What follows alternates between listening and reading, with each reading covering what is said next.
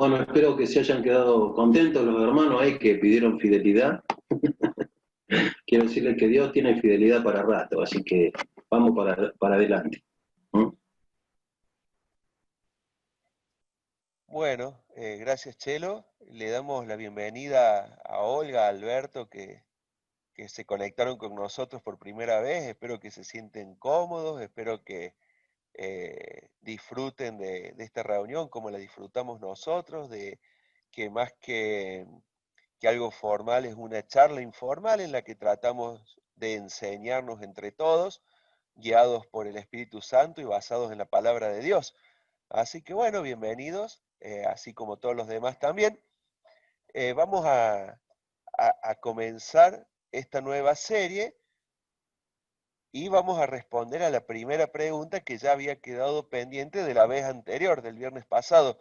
¿Alguien recuerda cuál era la pregunta? La primera que habíamos dejado, como dicen por ahí, que quedó picando. ¿Saben qué? Yo no sé leer los labios. Los veo a todos hablando, pero ¿Qué enseña yo la no sé si me Biblia? están diciendo qué lindo que sos o me están diciendo el tema de la pregunta. ¿Qué enseña la Biblia sobre las santas? Ah, muy bien, Graciana, muchas gracias. ¿Qué enseña la Biblia sobre la Santa Cena? Bien, a ver, bueno, La garganta. tratemos de entre todos ir recordando a ver qué enseña la Biblia sobre la Santa Cena. ¿Qué es lo primero que se les viene a la mente? La última cena del Señor con los discípulos. Bien, Los símbolos. bien, Cristo como centro. Cristo como centro, perfecto. La última cena me recuerda que fue la última vez que Judas vio a Jesús. Sí. ¿Será? No fue la última vez que lo vio. No, perdón, tenés razón. No fue una Cuando le anteúltima. dio un beso. Cuando le di un beso, tenés razón.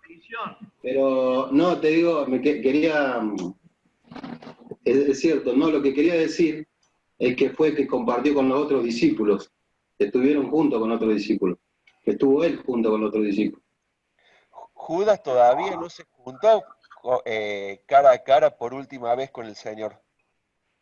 No, fue un Le error queda mío todavía entonces. pendiente una vez más. Sí, tenés razón. ¿Cómo? Bien, ¿qué más podemos hablar de dijimos, cena, la última cena, símbolos, Jesús como centro? ¿Perdón, Lucho? Conoce nuestra condición de que nos podemos llegar a olvidar. Por eso nos manda a que hagamos memoria de Él hasta que Él Bien, no nos olvide. perfecto. Es una muestra que tenemos poca memoria. Entonces nos lleva a pensarlo una y otra vez, ¿no? A lo que hizo Cristo por nosotros allí en la cruz. Bien, ¿qué más? Antes que todo, para que, digamos, este es un estudio, hay que ir ordenado. Me parece que lo primero que hay que arrancar es que es una de las dos ordenanzas que el Señor Jesús dejó en lo que tiene que ver con un ritualismo. Uno es el bautismo y la otra es la cena del Señor. Son las dos ordenanzas que el Señor dejó que tienen que ser observados permanentemente por los cristianos, los creyentes. Y en eso estamos abocados precisamente. La persona cuando se convierte se bautiza y después puede participar permanentemente de la comunión en la cena del Señor. Bien. O sea, más que un mandamiento, es una ordenanza, tal cual. Algo establecido por el Señor para recordarle. Y algo obligatorio para todo cristiano, no para la salvación del cristiano, pero sí para lograr la permanente comunión con el Señor, ¿verdad? Así como bien dijo Sergio, el bautismo también es la otra gran institución del Señor, como la celebración de la Santa Cena no es indispensable para la salvación, pero sí es una ordenanza para todo cristiano el hecho de pasar por las aguas del bautismo para contar al resto o como testimonio de su salvación ya que ya se dio en su vida previamente. Bien, ¿qué otra cosa nos viene al mencionar la Santa Cena a la mente? Y debemos hacerlo todas las veces que podemos. Bien, que debemos recordarlo en toda ocasión, ¿verdad?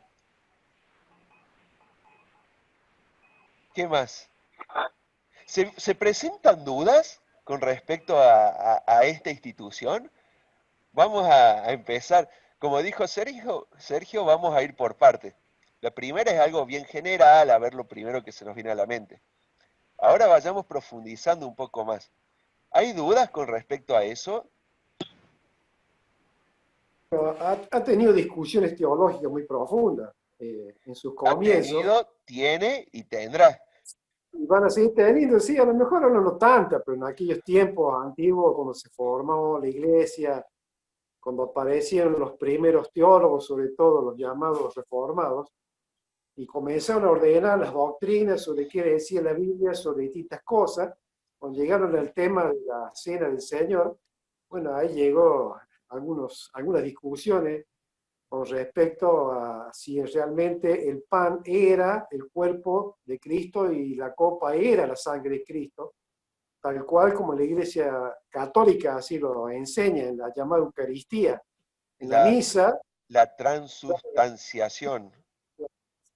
transubstanciación, pero la Eucaristía, para los católicos, es un sacrificio a la misa, porque verdaderamente allí una vez más se ofrece el Señor Jesús en sacrificio a través del pan y la copa.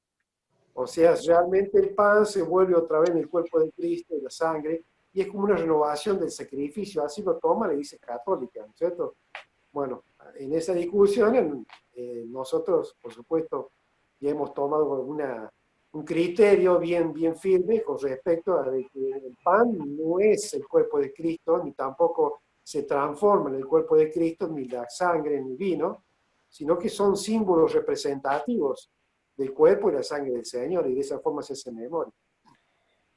¿Se acuerdan que cuando empezamos a hacer todas estas series de estudio y todos estos temas a tocar, nos propusimos algo también de sacar de nuestra mente todo lo que pudiéramos en cuanto a lo que eran tradiciones, en cuanto a lo que eran costumbres, ¿no? Y sin embargo, con respecto a esto, hay muchas costumbres que por ahí quedan. Por ejemplo, yo me acuerdo de chico, criado, mis abuelos maternos eran muy católicos y mis abuelos paternos eran muy evangélicos. Entonces había reuniones habían reuniones familiares que eran muy complicadas, entretenidas para algunos y caóticas para otros, ¿no? Y bueno, y yo me acuerdo de esas reuniones así, que uno por ahí ponía el pan al revés, o alguien, descendientes de italianos, las mesas largas, llenas de gente, ¿no? De toda la familia, los gritos, qué sé yo, y desde una punta gritando, che, pásame un pedazo de pan, ahí va, ¡fum! Y otros diciendo, no, que el pan es el cuerpo de Cristo.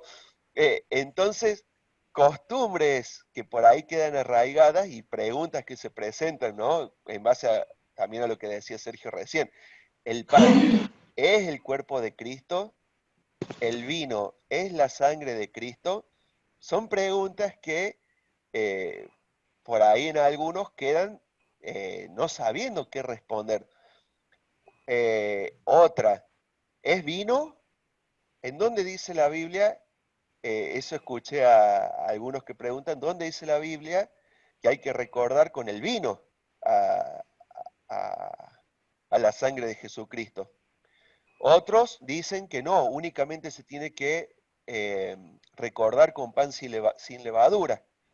Otros dicen, no, tiene que ser el pan que se consiga. A otros dicen, no, no importa. con qué se lo recuerde. Lo importante es recordar, sea pan, sea galleta o si están a dieta, sea, no sé, un maní crudo. Lo importante es que se lo recuerde a Cristo. Hay, hay algunos que dicen cómo el cristiano va a tomar vino. Bueno, son todas preguntas que cuando yo les digo qué dudas o qué inquietudes o qué controversias se puede encontrar en cuanto a esto, se pueden llegar a presentar. ¿Se les ocurre algunas otras dudas o discusiones que hoy entre distintos grupos religiosos se pueden presentar? Lo único claro es que el himno se canta parado y los coritos sentados. Sí, sí, si no es pecado. En algunas iglesias participan también los que no están bautizados. Bien, Elisa. Ahí ya vamos entrando a eso. Hay tres tipos de interpretaciones en cuanto a eso. Están los que, como dice usted, únicamente pueden participar cualquier persona que sea cristiana. Hay otro que puede participar cualquier cristiano bautizado en comunión. Y hay otra interpretación que pueden participar únicamente los hermanos bautizados en comunión pertenecientes a esa iglesia local. Esas son las tres. Bueno, y hay otros grupos que puede bautizar puede participar el que quiera, esté bautizado o no, sea cristiano o no, esté en pecado o no. ¿Sí? Son distintas formas que tienen diferentes iglesias de enfrentar a esto. Dijimos entonces quiénes pueden participar. ¿Qué otra controversia o qué otras diferencias se pueden hablar o podemos encontrar a la hora de la participación de los símbolos? Hola hermanos, ¿nos escuchan? ¿Me escuchan? Sí, sí. Hola hermano. Hola. Bueno, primero gracias por recibirnos, gracias a Muniro por invitarnos, y no tenemos mucha experiencia en Zoom, así que estamos aprendiendo con ustedes y aprendiendo esta forma de comunicarnos, pudiendo participar, que es muy hermoso. Gracias. Mi pregunta sería, ¿por qué en algunas congregaciones, como la que nosotros asistimos, celebramos la Santa Cena todos los domingos y otras congregaciones no? Bien, perfecto. Esa es otra de las diferencias que hay. Está buenísimo. Noten que ahora estamos planteando preguntas nomás. Después vamos a ver qué dice la Biblia con respecto a esto que estamos preguntando, ¿sí? Ahora son preguntas.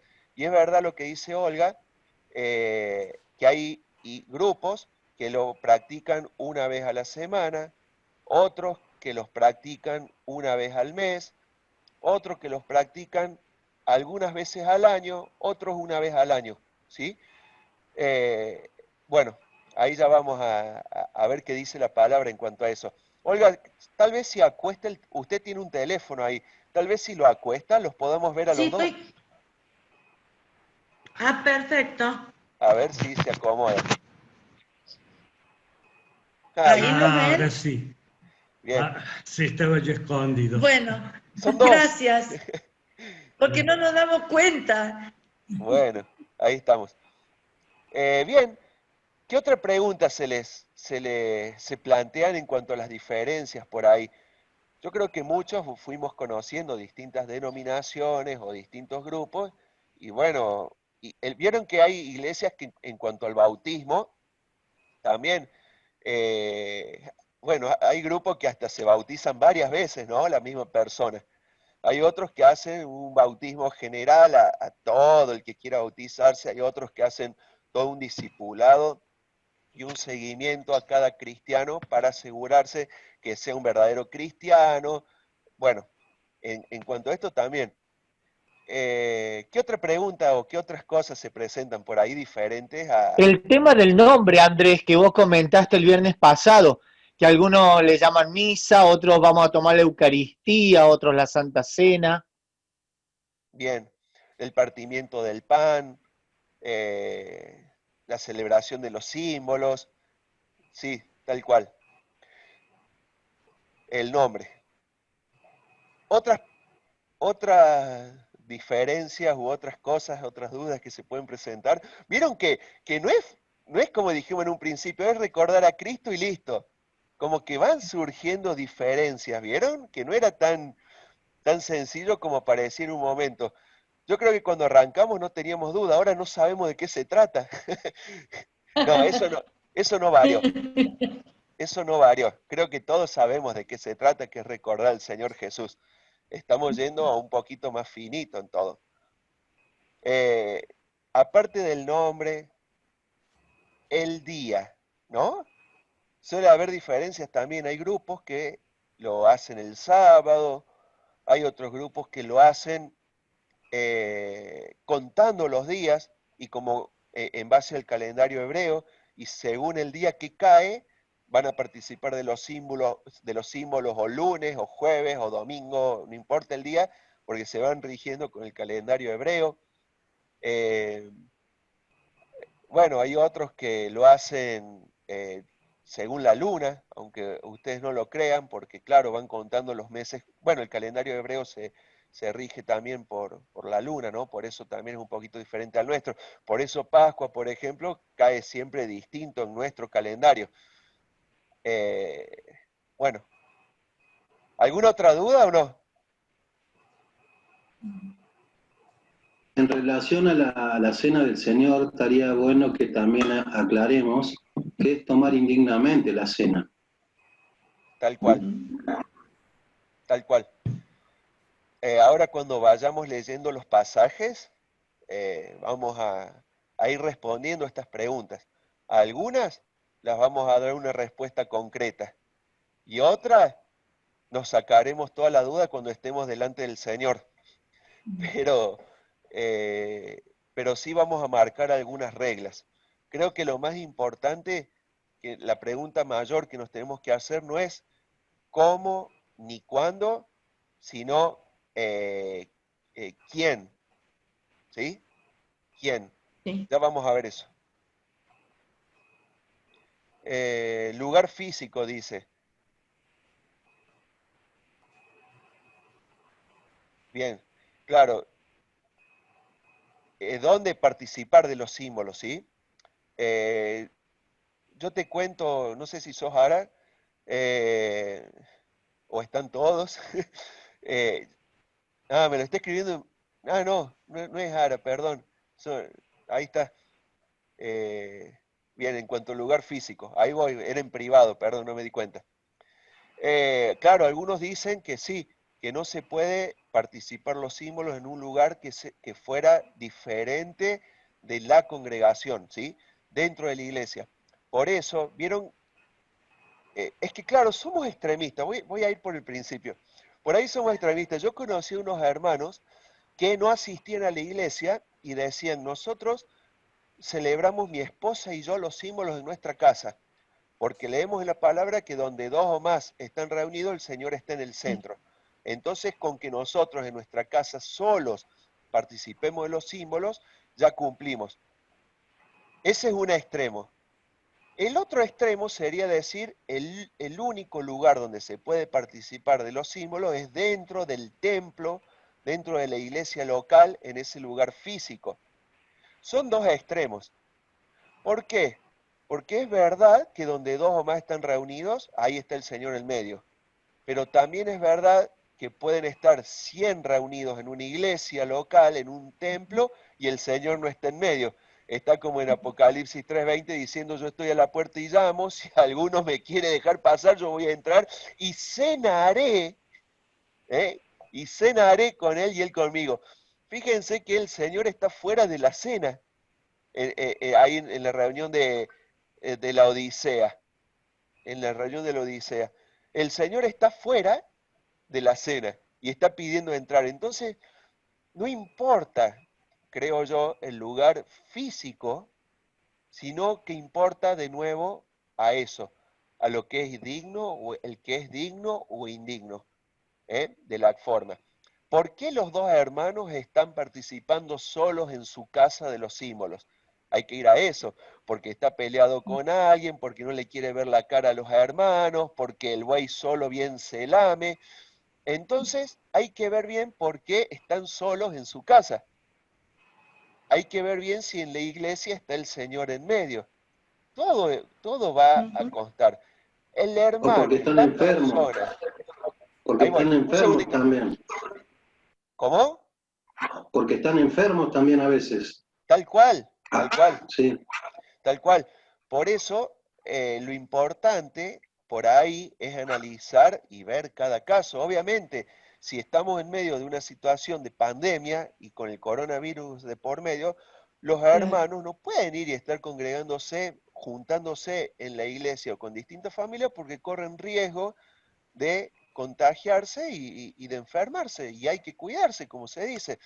Entonces, en este caso, sería un ejemplo, ¿no?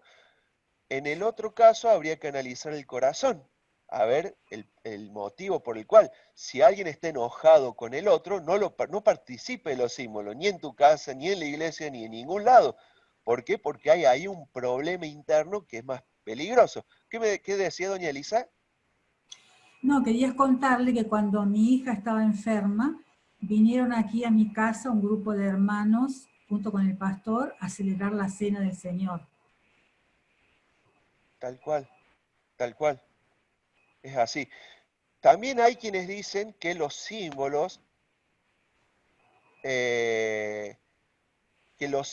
tienen que ser repartidos por personas, ¿cómo se dice? Que fueron, se me fue la palabra, por obispos, por ancianos, por pastores, personas que fueron, Diáconos. sí, personas, ¿cómo se dice cuando es alguien ordenado? ¿Reconocidos? Sí, ordenados, o reconocidos. Por ordenados, ¿sí? Por pastores ordenados, por ancianos ordenados, personas aptas para repartir los símbolos, ¿sí? Que si no, también están como volviendo indignos a los mismos símbolos. ¿Qué iba a decir, Sergio?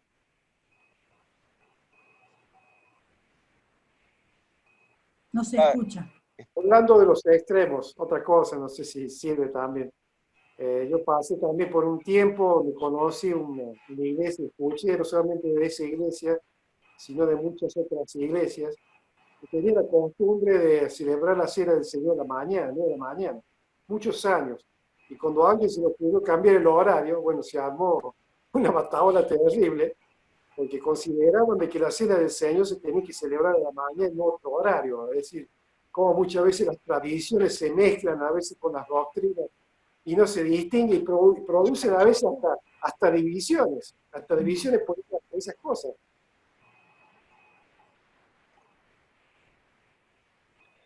Y no solo la mañana, la tarde, sino muchos en ayunas tenían que tomar de los símbolos, ¿no? Como que eran más bendecidos al tomar en ayunas. Ojo, vamos a hacer una aclaración en cuanto a esto, ¿no? Quiero que quede claro esto. Si alguien se siente más cerca del Señor participando de los símbolos en ayunas, a la mañana, un domingo, de pie, con alguien ordenado, cantando himnos, y otro no juzguemos al que piensa o hace diferente a nosotros, ¿sí? Lo importante es participar dignamente de los símbolos. ¿Y eso qué significa? Hacerlo de corazón y delante del Señor, sin juzgar al otro que lo hace diferente a mí. ¿De acuerdo? Eso tiene que ser un parámetro no para los símbolos, sino para cualquier cosa. No juzguemos al otro. Cada uno de nosotros tiene que tratar de hacer lo que considera mejor, más cercano a la voluntad del Señor. ¿De acuerdo? Y esto se va a dar en cosas donde no están totalmente estructuradas en la Biblia.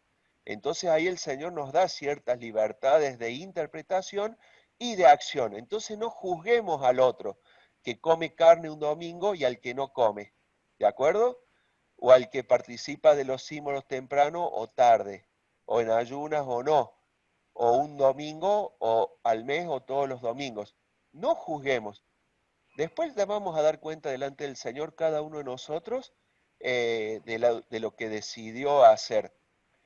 Pero sí estemos preparados para prestar batalla santa en defensa del Evangelio. Bien, veamos el video, después seguimos. Tengo algo más, perdón, antes del Dale, video, Muniro. ¿se puede sumar algo más? Sí, Hay sí, hermanos, hay asambleas, hay congregaciones que en el medio de la cena hacen el lavamiento de pie. Es muy emotivo estar ahí, obviamente que también lo podremos hablar, pero no sé si lo has visto, es realmente espeluznante, para ellos forma parte de la cena del Señor. Y lo otro es la ofrenda, porque siempre la hacemos parte de la cena del Señor. Bien. Sí, tal cual. Viste que se llama también, muchos la llaman la reunión de adoración, ¿no? La reunión de adoración, Sí. porque en realidad se transformó la cena, la Santa Cena más en nuestras iglesias, como la reunión 100% de adoración. Y bueno, el tema de la ofrenda también es vista como parte de la adoración de uno al Señor, por eso se le hace formar parte de la ofrenda. De ahí, de esa pregunta de Muniro, yo hace rato vengo haciendo esta otra pregunta, ¿no? Que se da en nuestras iglesias y que se da en muchos lados también. ¿Participa de los símbolos el que es bautizado y está en comunión, ¿no? Del pan, de la copa.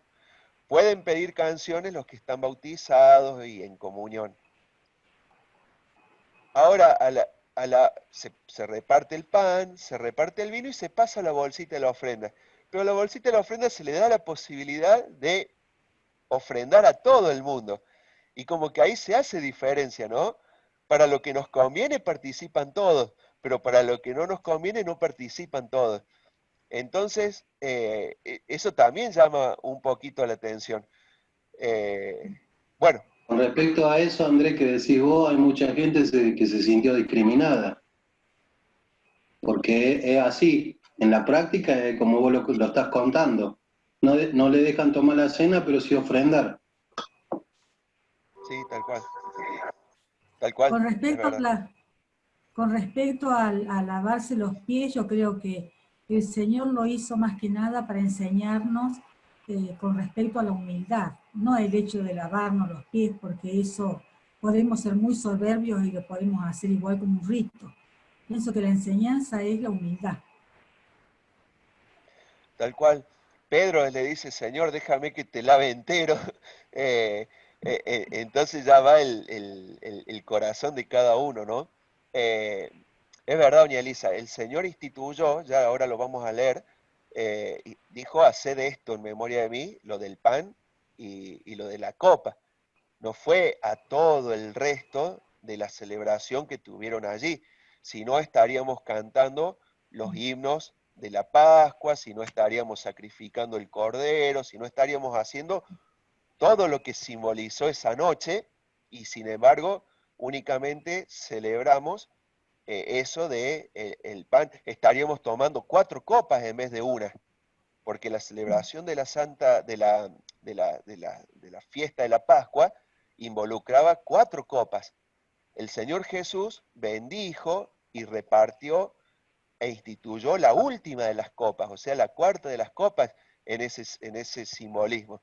Y los panes también eran, creo que 5 comidas, en el cual se involucraban en una de ellas las hierbas amargas y en otra distintos aderezos. Todo era todo un ritual estructurado que involucraba la fiesta de la Pascua. Entonces, el Señor le agregó algunas otras cositas como el tema de la institución, y en eso es lo que nosotros debemos quedarnos. Yo no sé si alguien quiere aportar algo más o vemos el videito. Después seguimos, ¿no? Con esto. Veamos el videito.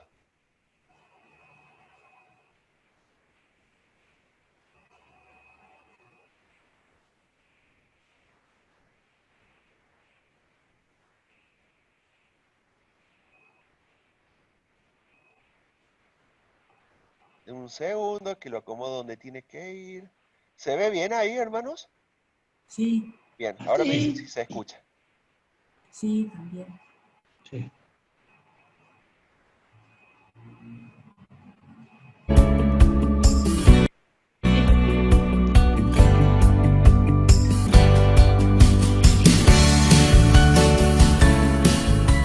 Hay quienes están más familiarizados que otros con la Cena del Señor.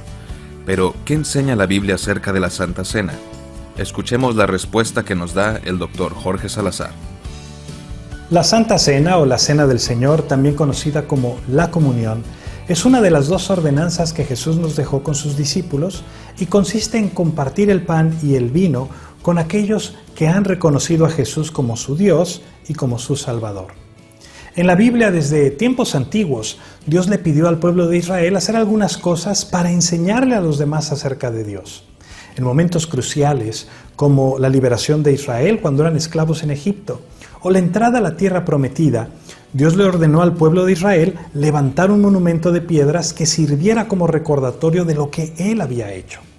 De la misma manera, la noche que Jesús fue entregado para ser crucificado, Jesús le dijo a sus discípulos que su hora había llegado y que para recordar el sacrificio que haría en la cruz, los creyentes debían compartir el pan y el vino que simboliza su cuerpo quebrantado por nosotros y su sangre derramada para el perdón de nuestros pecados. A lo largo de los años, la gente ha malinterpretado la significancia de la Cena del Señor. El misticismo, la espiritualidad se han filtrado y hay quienes dicen que el pan se convierte en la carne de Cristo y que el vino se convierte en la sangre del Señor. Eso no solamente es absurdo, sino que incluso va en contra de las Escrituras. Dios claramente prohibió la ingestión de sangre en el Antiguo Testamento. Lo que es más, Cristo está vivo en carne y hueso, sentado a la diestra del Padre y volverá por nosotros tal como lo prometió.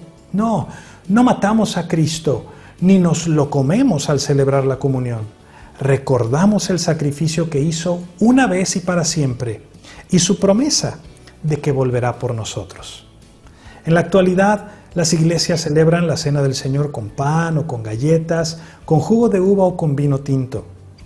Algunas iglesias lo hacen una vez al mes, otras diariamente, otras más algunas veces al año. El Señor no dio una instrucción sobre qué tan frecuentemente debíamos hacerlo, pero sí que es algo reservado para los seguidores de Cristo. Que Dios te bendiga.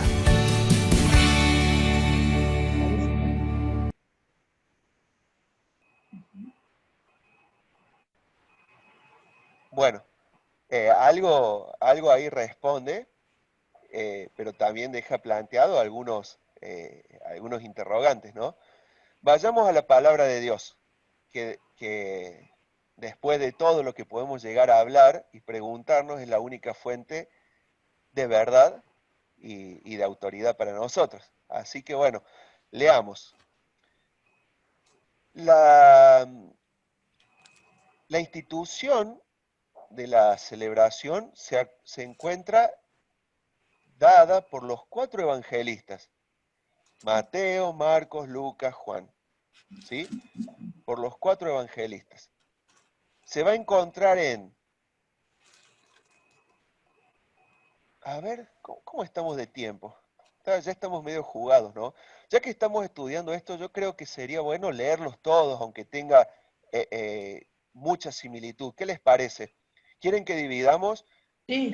Y 4 personas leen, ¿se animan? ¿Quieren que hagamos así? Por más que nos lleve en una sola pregunta, pero está bueno que leamos todas las instituciones.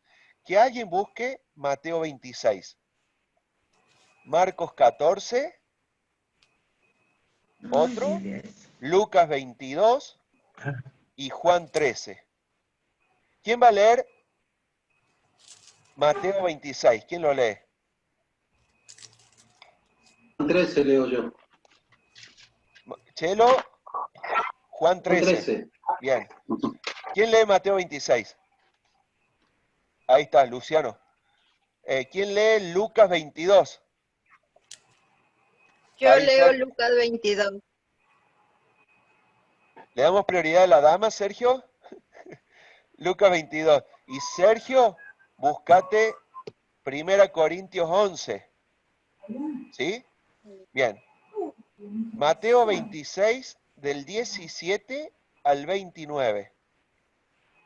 ¿Quién lo iba a leer? Se me perdieron. Ahí, Luciano. Bien. 17 al 29. Sí, ahí les digo bien. Mateo 26, del 17 al 29. Marcos 14, del 12 al 25. Lucas 22, del 7 al 23. Y Juan 13, del 21 al 30. Bien. Bueno, arranco. El primer día de la fiesta de los panes sin levaduras vinieron los discípulos a Jesús diciéndole, ¿dónde quieres que preparemos para Ponete los que lentes, Luis. la Pascua? ¿Se escucha bien? Ah, perdón. Y le preguntaron, ¿dónde quieres que preparemos para que comas la Pascua? Y él dijo, id a la ciudad a cierto hombre y decirle, el maestro dice, mi tiempo está cerca, en tu casa celebraré la Pascua con mis discípulos. Y los discípulos hicieron como Jesús les mandó y prepararon la Pascua. Cuando llegó la noche, se sentó a la mesa con los 12 y mientras comían dijo, de cierto, os digo que uno de vosotros me va a entregar. Y entristecidos en gran manera, comenzó cada uno de ellos a decirle, ¿soy yo, Señor? Entonces él respondiendo, dijo, el que mete la mano conmigo en el plato, ese me va a entregar.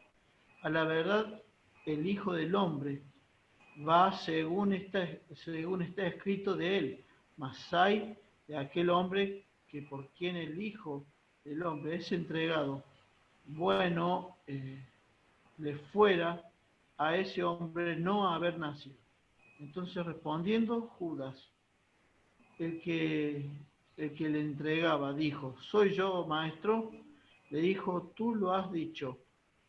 Y mientras comían, tomó Jesús el pan y bendijo y lo partió y dio a sus discípulos y dijo, tomad, comed, esto es mi cuerpo. Y tomando la copa y habiendo dado gracias, le dio diciendo, bebed de ella todos, porque esto es mi sangre del nuevo pacto, que por muchos es derramada para remisión de los pecados. Y os digo que desde ahora no beberé más de este fruto de la vid, hasta aquel día en que lo beban nuevo con vosotros en el reino de mi Padre.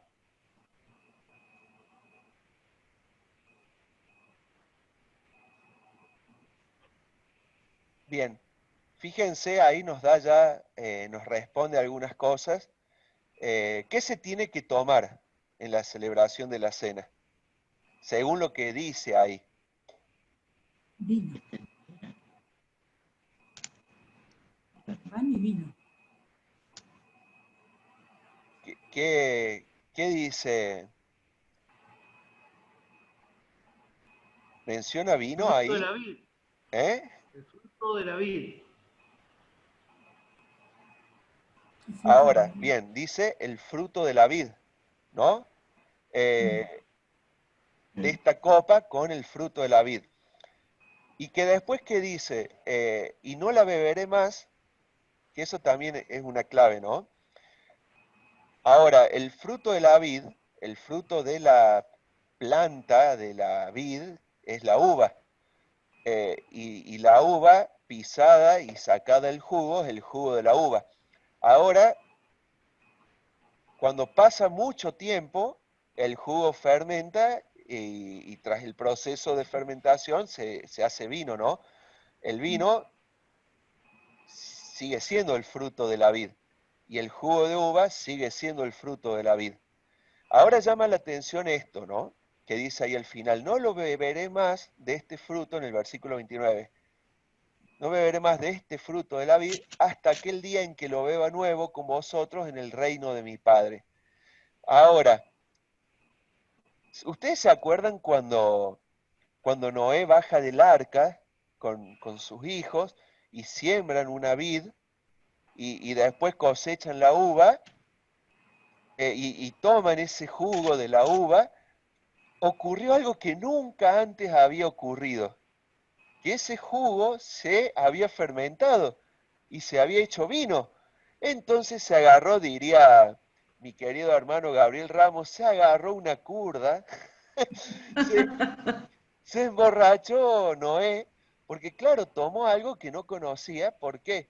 Porque ellos todavía, después del pecado del hombre, la tierra empieza su decadencia y el pecado produce que ya la tierra dé espinas, que aparezcan bacterias y virus que antes no había, que el sol ayude a fermentar, que ya no sea un gran invernadero el globo terráqueo, sino que haya problemas ecológicos y cataclísmicos. Ya había llovido por primera vez y había aparecido el vino por primera vez. Ahora, cuando sea el reino del Señor, el reino de Cristo, va a volver a ser como era antes, en el Edén, el planeta. El Señor lo va a lograr arreglar. Entonces ya los animales no se van a comer entre sí y todo va a volver a ser como era antes. De ahí que viene esta pregunta. Entonces, cuando participemos de los símbolos con el Señor, ya no va a ser vino, sino que va a ser realmente jugo de uva o jugo del fruto de la vid. Por lo tanto, hoy creo, por lo que encontramos acá, que tanto el vino como el jugo de la uva, yo creo que es correcto de participar y el que tome vino un poquito no va a estar pecando y el que tome el fruto de la uva hecha jugo no va a estar pecando. Todo lo contrario. Lo importante va a ser que esté recordando al Señor, a la sangre del Señor Jesucristo. ¿Se entiende o no? Andrés, Díchelo. yo estuve en una iglesia donde tomábamos jugo de uva porque había muchos hermanos que tenían un principio de abstinencia de alcohol porque venían de las drogas o de un trasfondo de alcoholismo. Entonces, como el pastor, digamos, que estaba a cargo, instituyó eso, así que tomábamos jugo de uva. El jugo de uva se tenía que tomar en el momento porque no tenía conservante, entonces se echaba a perder. Así que todos los domingos era comprar jugo de uva. Tal cual. Yo creo que es una muy buena opción y que tendríamos que ver de analizarla, más que nada por testimonio, ¿no? Porque también la otra vez entró una persona a la iglesia y bueno, y justo en la celebración de los símbolos, rechazarla puede causar que se sienta mal y convidarle vino puede llegar a hacerle de tropiezo y decir, toman lo mismo que tomo yo. Otra cosa a favor de eso es el tema, como pone Muniro ahí, alcoholemia en la ruta. Otra cosa es que hay niños o adolescentes o preadolescentes que también participan de los símbolos y darles vino también puede ser contraproducente. Entonces algo que en oración hay que analizarlo seriamente. Hay muchas iglesias y hay iglesias 100% bíblicas que están tomando la decisión de entregar el jugo de uva en vez de vino, ¿sí? Y basados en la Biblia, ¿no? Porque acá no encontramos de vino, ¿no? Está bien, van a decir sí, pero en la celebración de la Pascua era con vino, y lo que se tomaba en Oriente en aquella época era con vino. Sí, es verdad, es así, pero también pan sin levadura. También pan sin levadura. Entonces, o a raja tabla, somos 100% legal y tenemos que cambiar una cosa o la otra, ¿no? Pero bueno, cuando el Señor le instituye, habla del fruto de la uva, y cuando participemos con Él, va a ser jugo de uva, no va a ser vino, cuando ya estemos en el reino con el Señor.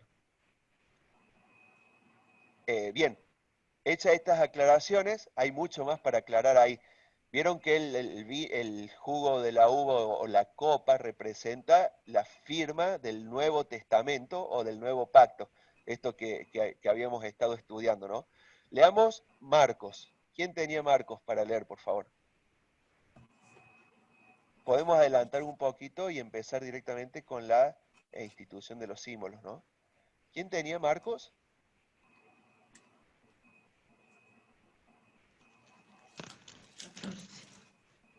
Alguien lo tenía. Ah, Sara era. Wanji, no me acuerdo quién dijo. Marcos 14. ¿Lo tienen ahí? No, mío es Lucas 22. Ah, bien. ¿Quién era Marcos? ¿No hay ningún Marcos? Yo no soy Marcos, pero lo puedo leer si querés, Andrés. Dale, Ramón. Dice, el primer día de la fiesta de los panes sin levadura, cuando sacrificaban el cordero de la Pascua, sus discípulos le dijeron, ¿dónde quieres que vayamos a preparar para que comas la Pascua? Y envió 2 de sus discípulos y les dijo, id a la ciudad y os saldrá al encuentro un hombre que lleva un cántaro de aguas, seguidle. Y donde entraren, decía el señor de la casa, el maestro dice, ¿dónde está el aposento donde ha de comer la Pascua con mis discípulos? Y él os mostrará un gran aposento alto ya dispuesto, preparad para vosotros allí, para nosotros allí. Fueron sus discípulos y entraron en la ciudad y hallaron como les había dicho y prepararon la Pascua. Y cuando llegó la noche, vino él con los 12. Y cuando se sentaron a la mesa mientras comían, dijo Jesús, de cierto os digo que uno de vosotros que come conmigo me va a entregar. Entonces ellos comenzaron a entristecerse y a decirle uno por uno, seré yo, y el otro seré yo. Él respondiendo les dijo, es uno de los 12 el que moja conmigo en el plato. A la verdad, el Hijo del Hombre va según está escrito de él, mas hay de aquel hombre por quien el Hijo del Hombre es entregado. Bueno le fuera a este hombre no haber nacido. Y mientras comían, Jesús tomó pan y bendijo, y lo partió y les dio, diciendo, tomad, este es mi cuerpo. Y tomando la copa y habiendo dado gracia, les dio, y bebieron de ella todos. Y les dijo, esto es mi sangre del nuevo pacto, que por muchos es derramada. De cierto os digo que no beberé más del fruto de la vid hasta aquel día en que lo beba nuevo en el reino de Dios. Bien. Vuelve a mencionar lo mismo del otro pasaje. Vamos a Lucas 22, desde el versículo 15, Sara. Ah, ¿del 15? Sí, desde el 15, Lucas 22, del 15 al 23. Bueno. A ver.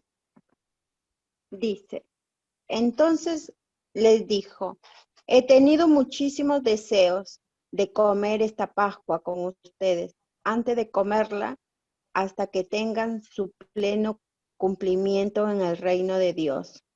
Luego tomó la copa, dio gracias y dijo, tomen esto y repártenlo. Entre ustedes les dijo, que no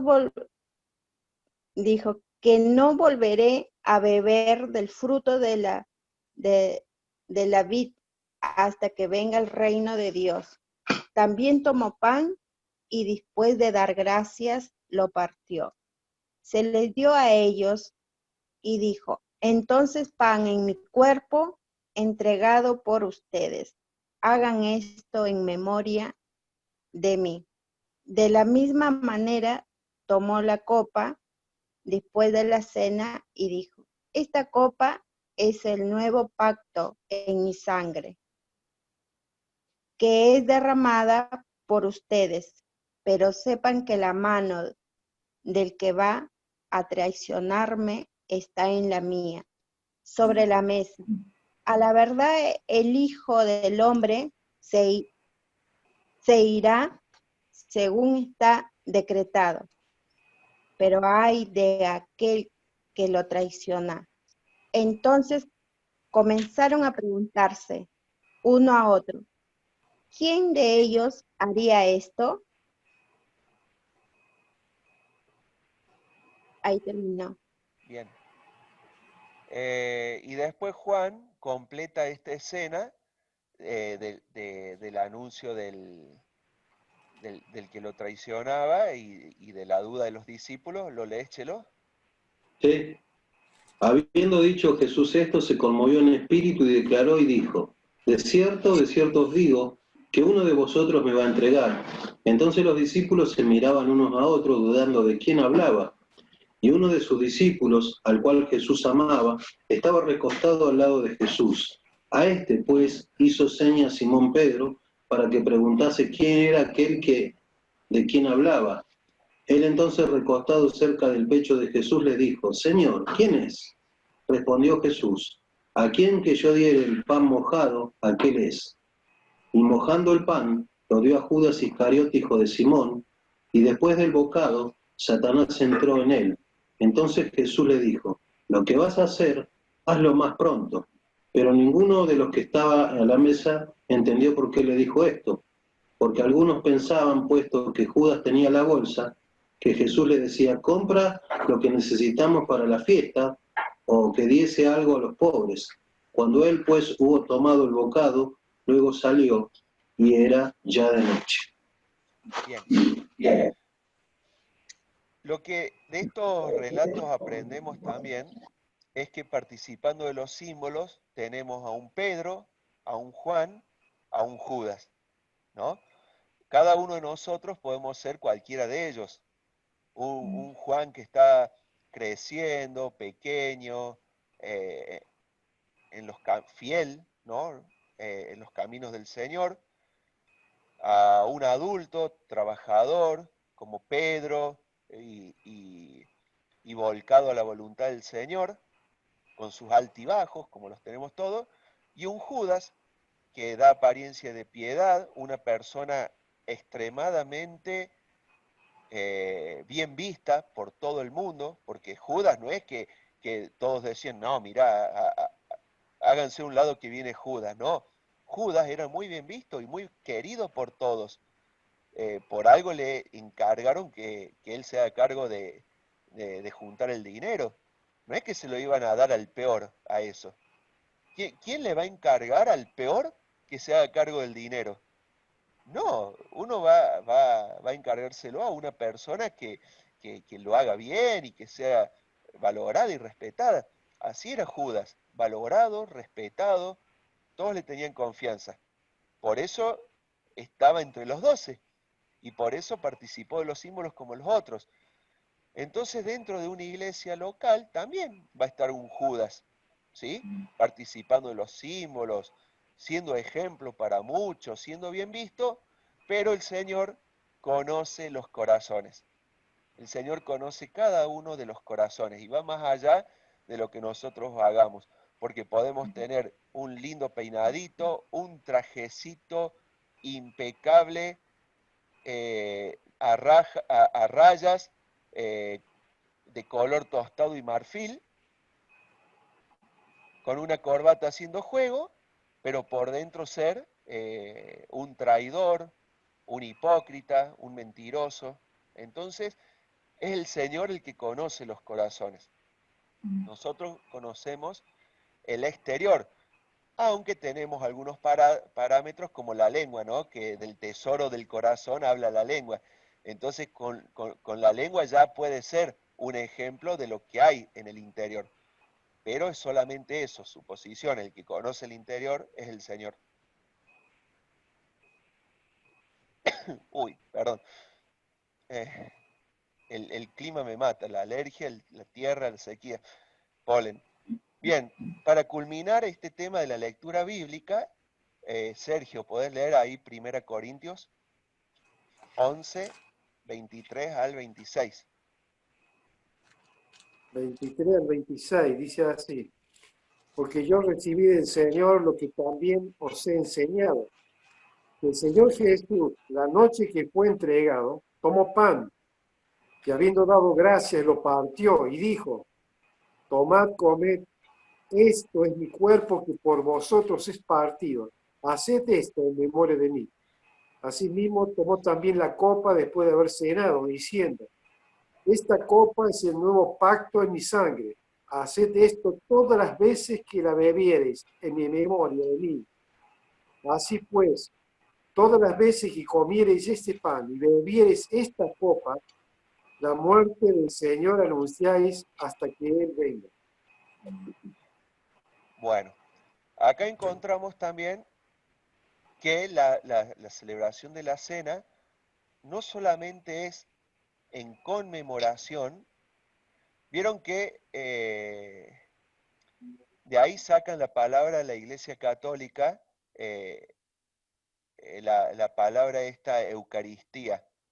Cuando dice tomó, habiendo dado gracias, en el original es justamente Eucaristía, en el griego original, el dar gracias o acción de gracia o participar con acción de gracia. Por eso ellos le llaman Eucaristía, que eso también habíamos dicho. ¿Está mal llamarle Eucaristía? Y no, porque en realidad es una reunión también de acción de gracias. Entonces uno, ¿qué hace en la Santa Cena o en la celebración de los símbolos? Uno, primero le da gracias al Señor. Le da gracias por haber muerto por nosotros, haber limpiado todos nuestros pecados. Segundo, uno recuerda una fiesta o una celebración de, como dicen algunos, recordación. O sea, de recordar lo que Cristo hizo por nosotros, que murió en la cruz, que entregó su vida y que nos limpió de todos nuestros pecados. De recordación. Pero también es una reunión de anunciación, una reunión de anunciar, como leyó recién ahí Sergio. Dice, todas las veces que comiereis de este pan y bebiereis esta copa, la muerte del Señor anunciáis hasta que Él venga. O sea, estamos también anunciando que Cristo murió, que Cristo resucitó y que Cristo vuelve. Fíjense todo lo que involucra la celebración de la cena. Ahora vamos a responder entonces otra pregunta. Ya fuimos respondiendo algunas. Entonces, ¿para qué hacemos la celebración de la cena? Justamente para recordar al Señor.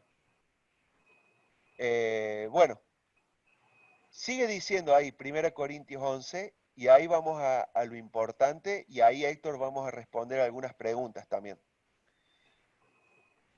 ¿Lees, por favor, Sergio, hasta el final? De 27 en adelante. De manera que cualquiera que comiere este pan o bebiere esta copa del Señor indignamente, será culpado del cuerpo y la sangre del Señor.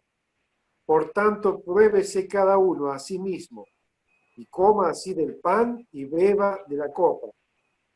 Porque el que come y bebe indignamente, sin discernir el cuerpo del Señor, juicio come y bebe para sí.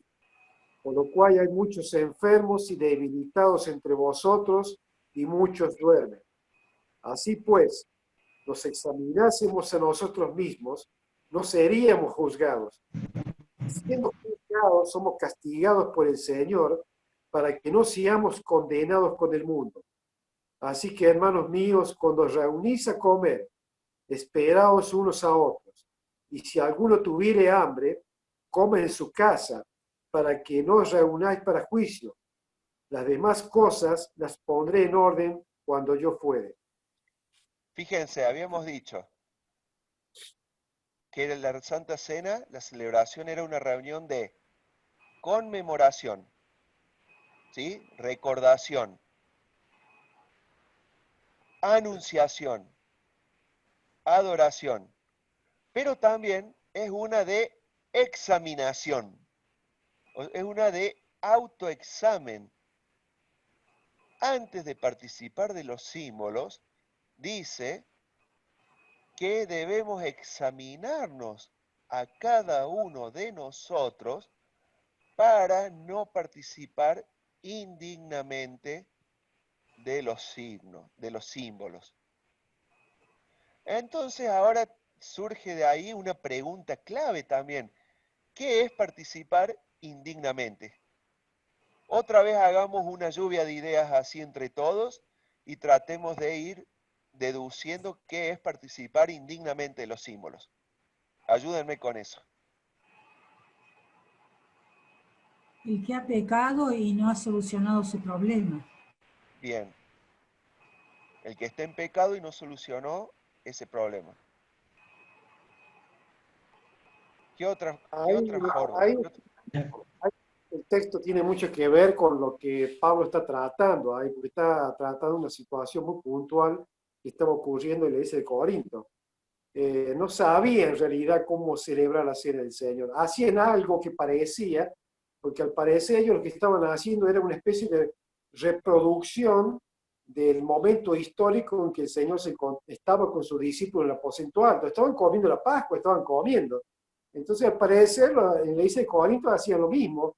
Se reunían y comían. O sea, a lo mejor tenían un cabrito, no sé qué, tenían un asado, tenían vino, y en medio de ese momento hacían lo mismo que el Señor. Paraban un poco digamos, la cena común, entonces repartían ahí el pan. Entonces se arma un desorden total, porque prácticamente ahí se pasaba de un clima a otro, de un clima así festivo, jocoso, de alegría, de chiste. Bueno, un momentito, vamos acá a hacer memoria del Señor. Entonces se encontraba que había uno que estaba medio pasado de vino, había uno que todavía estaba con un chiste encima, porque otro que le contó al lado un chistecito se estaba riendo. Entonces había una informalidad y una falta de reverencia en ese acto que había deformado completamente lo que era la cena del Señor. Entonces estaba enojado Pablo, muy enojado con lo que estaba haciendo la iglesia de Corinto. Por eso él dice, voy a poner las cosas en orden. Entonces los ubica y les hace ver qué era la cena del Señor, que era una cosa realmente de mucha solemnidad y de mucha importancia, y le hace recordar, como vos dijiste, que se estaba recordando el Señor, se estaba haciendo memoria, y que tiene que hacer un examen personal. Entonces hay una palabra importante allí, que dice aquel que no discierne el cuerpo de Cristo. O sea, era importante discernir en el pan y en la copa, que realmente no es que era el cuerpo ni la sangre del Señor, sino que realmente ese pan que ellos comían representaba el cuerpo del Señor. Y la copa que venía representaba la sangre de Cristo. Entonces, con cuánto temor ellos tenían que participar de ellos, porque ellos estaban participando del cuerpo y la sangre del Señor. Estaban recordando cómo el Señor murió por ellos, cómo derramó la sangre por ellos. Y ellos eran participantes del sacrificio de Cristo. Nosotros los creyentes hemos sido hechos partícipes del sacrificio del Señor Jesús. Él derramó su sangre por nosotros, entregó su cuerpo por nosotros. En ese acto nosotros recordamos ese momento y con cuánto temor y reverencia lo tenemos que hacer. Entonces, aquellos que participaban de la cena del Señor y no lo hacían con ese discernimiento de lo que estaban haciendo, estaban pecando. Estaban cometiendo un grave pecado porque estaban menospreciando, estaban dándole tan poco valor al cuerpo y la sangre del Señor y su sacrificio, en ese momento que ellos decían que era la cena del Señor y no lo era. Bien. Ahí quedaron marcados puntos claves, ¿no? Ese es el problema que se da, Sergio. ¿Se acuerdan que el viernes pasado hablamos, y el anterior también, Lucas 12:56, que dice sobre el reconocer los tiempos? Les dice, hipócritas, ven el cielo, las nubes y saben cuándo va a llover y no saben discernir los tiempos del Señor. Hay quienes quieren hacer iglesias basándose pura y exclusivamente en los cuatro evangelistas, en los evangelios. Hay otros que quieren hacer iglesias basadas exclusivamente en el libro de Hechos. Hay otros que quieren hacer iglesias basadas en el Antiguo Testamento. Pero la verdadera iglesia, o sea, una iglesia correcta doctrinalmente, va a estar basada en toda la Biblia, no solamente teniendo en cuenta partes de la Biblia. Por eso, si nosotros tratamos de hacer una iglesia en la que se tenga en cuenta únicamente el Evangelio, vamos a hacer una iglesia que, sí, sea más judaizante que otra iglesia, que otra cosa. ¿Por qué? Porque los evangelios están todos en los tiempos, todavía en el tiempo de la ley mosaica, hasta que muere el Señor. Entonces, cuando el Señor instituye los símbolos, es la celebración de la Pascua. Entonces no podemos basarnos en los evangelios. Tampoco podemos basarnos pura y exclusivamente en el libro de los Hechos. ¿Por qué? Porque recién ahí empieza a nacer la iglesia. Recién cuando aparecen las epístolas es cuando se termina de ordenar el tema de la iglesia y del funcionamiento y todo. Por eso es importante formar la iglesia a la luz de los evangelios, el libro de Hechos, las epístolas y el Antiguo Testamento. ¿Se entiende o no? No podemos ir cubriendo. ¿Por qué? Porque a eso le pasó a Corinto, como decía Sergio recién. Claro, ellos estaban basándose en una parte nomás. Viene el apóstol Pablo, inspirado 100% por el Espíritu Santo, y los ordena de una mejor manera, de la cual esa forma ordenada es la que nos llega a nosotros. Por eso, no agarramos y celebramos los símbolos en un asado, por más que el Señor Jesús así lo haya instituido, porque habían comido el cordero y estaban en la sobremesa, pero no es esa forma, sino que ya va a la forma más ordenada que acá nos va marcando el apóstol. Entonces siempre tenemos que ver todo a la luz de toda la palabra de Dios y no algunas partes nomás. Bien. Siguiendo con la pregunta, ¿de qué manera es celebrar los símbolos indignamente? Vamos a eso, ¿no? Al examinarnos adentro. Eso es lo que nos va a marcar si somos dignos o no de participar de los símbolos. ¿Cuándo hay que recordar al Señor Jesús? ¿Se acuerdan que habíamos hecho esa pregunta? Una vez a la semana, una vez al mes. ¿Qué les parece a ustedes? Todas las veces. Todas las veces. ¿Eh? Todas las veces que podáis. Todas las veces que podamos, o sea, todos los días también puede ser. Yo creo que cada momento tenemos que acordarnos del Señor. Bien, individualmente, ¿no? Individualmente. Sí. Pero colectivamente, así como iglesia local o como congregación. Y la iglesia primitiva lo hacía los primeros días de la semana. Todos los primeros días de la semana. Tal cual. Y ahora la pregunta sería, ¿no? La pregunta sería, ¿solamente los domingos o cada vez que la iglesia se reúne? ¿No? Cada vez que la iglesia se reunía. Porque supongamos que no se pueden reunir los viernes y se reúnen los sábados. ¿Está mal celebrar los sábados los símbolos? Pregunto, ¿no? ¿Qué opinan ustedes? ¿No está mal? No. ¿Un jueves? No.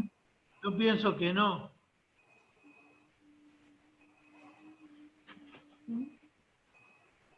No especifica qué día, todas las veces que podáis, dice. En mi nombre. Bien. Vayamos, leamos unos versículos. Hechos 27. 1 Corintios 16, 2. A ver. ¿Quién tiene cerca Hechos 20 que lo pueda leer? Léalo, por favor. El primero que lo encuentre, léalo.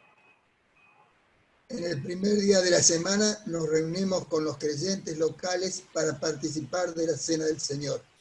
Pablo les estaba predicando y como iba a viajar al día siguiente, siguió hablando hasta la medianoche.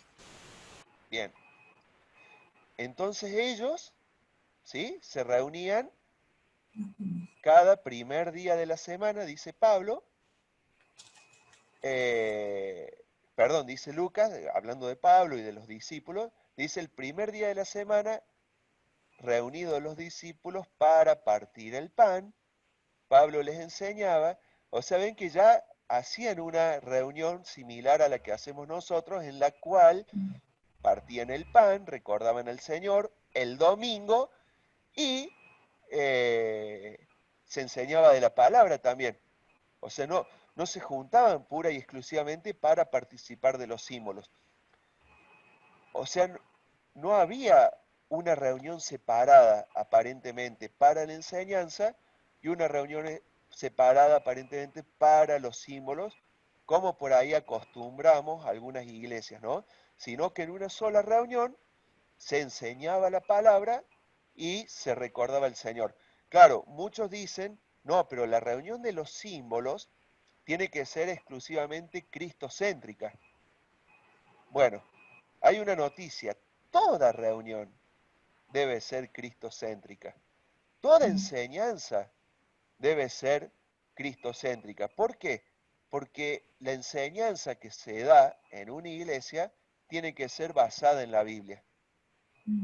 De la Biblia, no basada, de la Biblia. Y la Biblia, de Génesis a Apocalipsis, es cristocéntrica. Entonces, todo apunta a Cristo en la palabra de Dios. Todo apunta a Cristo. La creación, el diluvio, las profecías, los evangelios, el Apocalipsis, las epístolas, los salmos, los proverbios, el cantar de los cantares, por donde recorramos está Cristo. ¿Por qué? Porque dice acá la palabra de Dios que Cristo es el cumplimiento de la ley, los salmos y los profetas. Cristo es el cumplimiento. Y dentro de la ley, salmo y profeta se engloba todo. Ahora bien, para hacer memoria de Cristo es muy importante separar ese tiempo, ¿sí? Para hablar de Cristo pura y exclusivamente y pensar en Él. 1 Corintios 16:2, ¿quién lo tiene?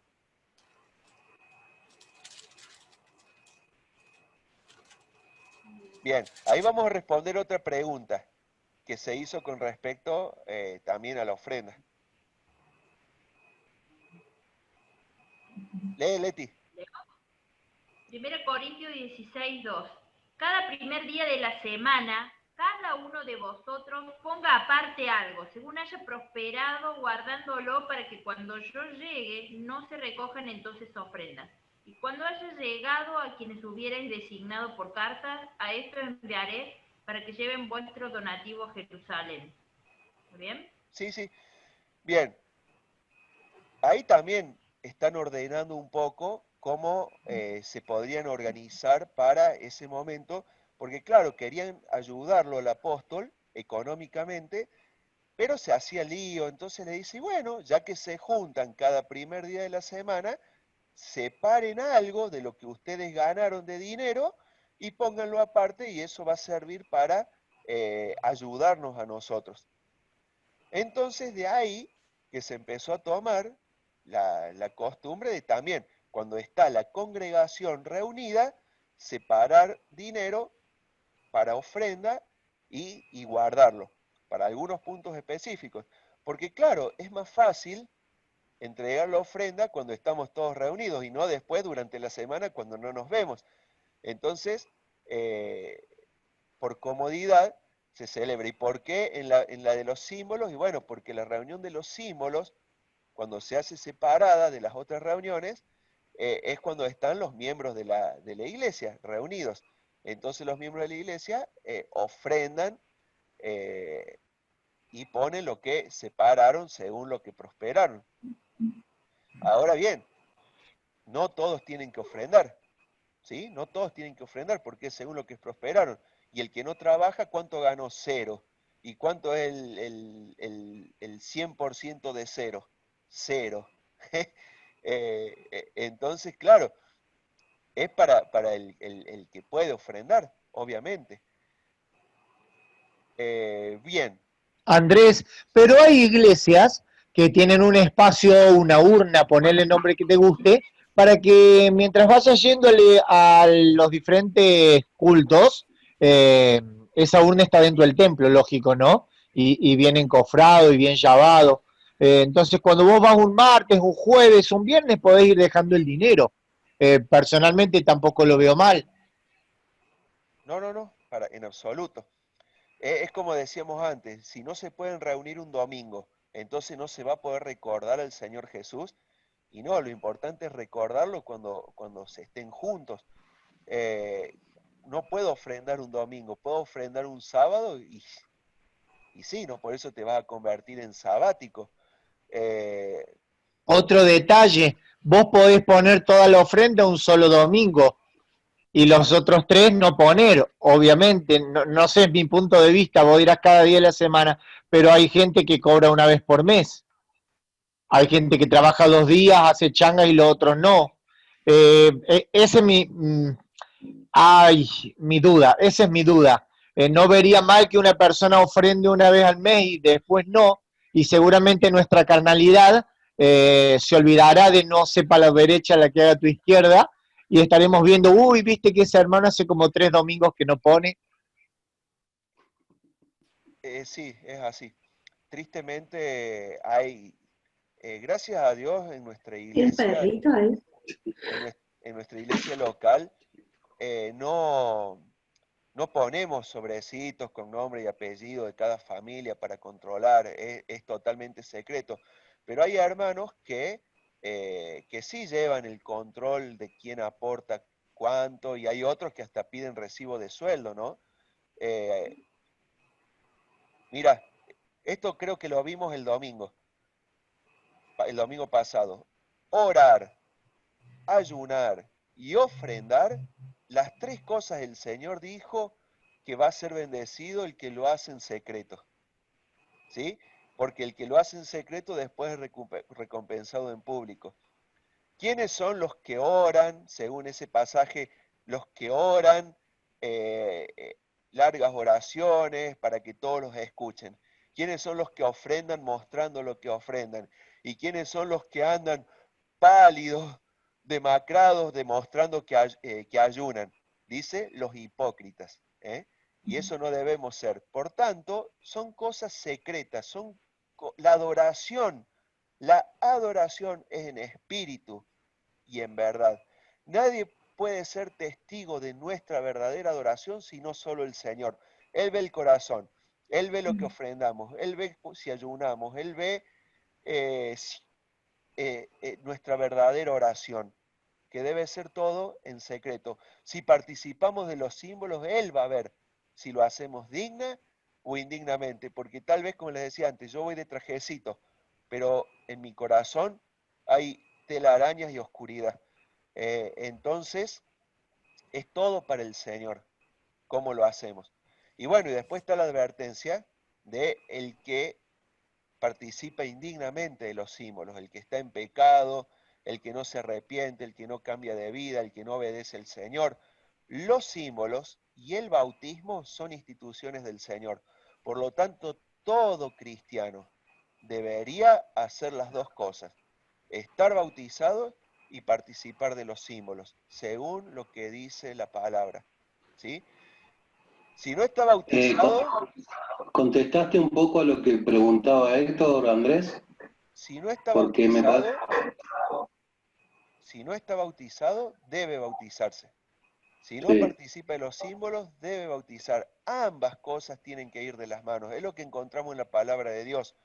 ¿Sí? En la palabra de Dios no encontramos personas que participen de los símbolos, no encontramos cristianos que participen de los símbolos sin estar bautizados. Y no encontramos cristianos que no estén bautizados, ¿no? No aparece eso. Entonces, todo cristiano debe pasar por las aguas del bautismo y todo cristiano debe participar de los símbolos, y las dos cosas de las manos. Yo creo que deberíamos dejar acá. Quedan preguntas, la hora pasó, no había visto la hora. Creo que se plantearon más preguntas que respuestas, tal vez. No sé si alguien quiere aportar algo de lo que vimos hasta ahora. ¿A vos te parece, Chelo, que fue respondido o no? Más o menos, porque yo me pongo en el lugar de esa persona y pienso esto que planteaste vos al principio del tema de la ofrenda, que no le dejan participar de los símbolos, pero sí ofrendar. Creo que hay una disparidad entre esta cosa, pero también creo que eso depende de cada iglesia y de los líderes y de los pastores. ¿Por qué? Porque hay iglesias, por ejemplo, que le dan la oportunidad a personas que no han arreglado las cosas, por decirlo así, le dan un tiempo donde le permiten participar de los símbolos y ese tiempo es determinado para que ellos alineen sus vidas dentro del parámetro y la voluntad de Dios en cuanto a la palabra. Porque también, como dijiste vos, todos los extremos son malos. Si vos no le permitís tomar la cena, parece como discriminativo. Y si vos le dejás tomar la cena, ha pasado, y seguirá pasando, que por ejemplo hay personas que se bautizaron y hoy están lejos del Señor. Y en un momento te han tomado la cena y vos no sabés con qué corazón la han tomado y sin embargo Dios sí lo sabe. Por eso creo que también hay que poner un parámetro en estas cosas, porque no todas las iglesias son iguales y no todas las personas que componen las iglesias vienen de un mismo trasfondo, tienen las mismas necesidades, tienen distintas necesidades y creo que tiene que ver mucho con la sabiduría de las personas que están en el liderazgo, para que Dios les muestre realmente, porque también tiene que haber un seguimiento, obviamente, tiene que haber un pastoreo, un seguimiento, un discipulado para que esa persona llegue el momento de que alinee su vida con el Señor, se bautice, por ejemplo, si está en concubinato, se case y pueda servir al Señor. Y creo que dentro del orden también hay un espacio para que esa persona en el tiempo pueda ser considerada del hecho de que Dios, así como en su gracia le permite restaurar su vida, le permite la oportunidad de ordenarla, también tiene que haber ese tipo de gracia en la iglesia. No estoy hablando de libertinaje, que es otra cosa, para que esa persona, con la observación, el seguimiento y la supervisión de los pastores o de los líderes, pueda llegar a completarse en su vida espiritual con esto. Es un criterio mío. Esto no quiero decir que esto tiene que ser así. Hay iglesias que lo hacen y les va bien. Hay iglesias que no lo hacen y no tienen un seguimiento sobre esa persona. Y la persona que termina frustrada, encima que sabe que está en pecado, se siente más peor porque no encuentra la oportunidad de reivindicarse delante de Dios y dentro de una congregación. No sé si entienden, si me explico bien en cuanto a este concepto, pero por manejar muchas veces las cosas de manera inadecuada, se ha hecho mucho daño a personas. Tal vez esas personas tenían intención de seguir a Dios, como hay otras que no, que se bautizaron, se dieron un chapullón y después siguieron viviendo su vida como a ellos les parece. Por eso hay que tener mucho cuidado con este tipo de cosas y no estoy diciendo que no obedezcamos la Biblia, no estoy diciendo que no usemos los parámetros que pone la palabra de Dios, pero dentro de esos parámetros también tiene que haber una cuota de gracia y de amor y de misericordia. Creo que ahí está la sabiduría esta que hablo de que tienen que tener los líderes, los pastores, para hacer un seguimiento sobre esa persona y para que esa persona entienda por la palabra que debe ordenar su vida. Eso es solamente lo que quería compartir. El movimiento de hermanos libres justamente surge cuando las iglesias eran en extremo cerradas a la hora de la participación de los símbolos y a la hora de quienes podían enseñar la palabra. Cuando surge el movimiento, se le permitía participar de los símbolos a cualquier persona que estuviera cualquier cristiano que estuviera en la iglesia, no se le hacía un seguimiento, podía enseñar la palabra a cualquier hermano que no estuviese ordenado. Ordenado es habiendo hecho una universidad, estudio teológico y ordenado y encomendado. Bueno, con el tiempo fue cambiando y fue variando y los que en un principio eran libres terminaron siendo más cerrados que otras denominaciones que eran cerradas y bueno, pero todos los que son abiertos en unas cosas son cerrados en otras y viceversa. El tema que pasa con los símbolos, que hay que tener mucho cuidado, porque estamos hablando, que es lo que acabamos de leer recién ahí en 1 Corintios 11, que también corre peligro nuestra vida en cuanto a eso. Para algunos no es tan así como se lee, pero para otros sí. Y ante la duda, cuidado con la vida. Más vale cuidar la vida de las personas. ¿Por qué? Porque habla y menciona que algunos están enfermos por culpa del pecado y otros hasta murieron por causa del pecado, por causa de participar de los símbolos indignamente. Por eso la primera pregunta era, ¿qué es indignamente? También se produce en muchos casos el acostumbramiento, como mencionó Marcelo recién. Hay quienes se les permite participar de los símbolos en un tiempo de gracia que se transforma en muchos años y nunca arreglar la situación de su situación de pecado. Después está la otra. Una iglesia está compuesta por muchos miembros y mucha obra dentro de la iglesia. Pero cuando hay pecado dentro de la iglesia, toda la obra se ve afectada y todos los cristianos se ven afectados. Entonces, uno tiene que tratar de arreglar lo máximo posible. Yo creo que si hacemos nosotros una encuesta ahora mismo y preguntamos quién es digno de participar de los símbolos, quién es digno de participar de los símbolos, muchos dudaríamos si realmente somos dignos o no, porque pensé mal de otro hermano, porque me enojé, porque tuve un momento de dudas o mi fe decayó, entonces ¿quién? O me peleé con mi esposa, mi esposo, o traté mal a mi hijo, no sé, o tuve un problema con un vecino. ¿Quién es realmente digno de participar? Por eso dice cada uno examínese a sí mismo. Y no importa si vos, por dar un ejemplo, insultaste a tu vecino o no, cuando participás de los símbolos, sino qué sentís en tu corazón de haber hecho eso.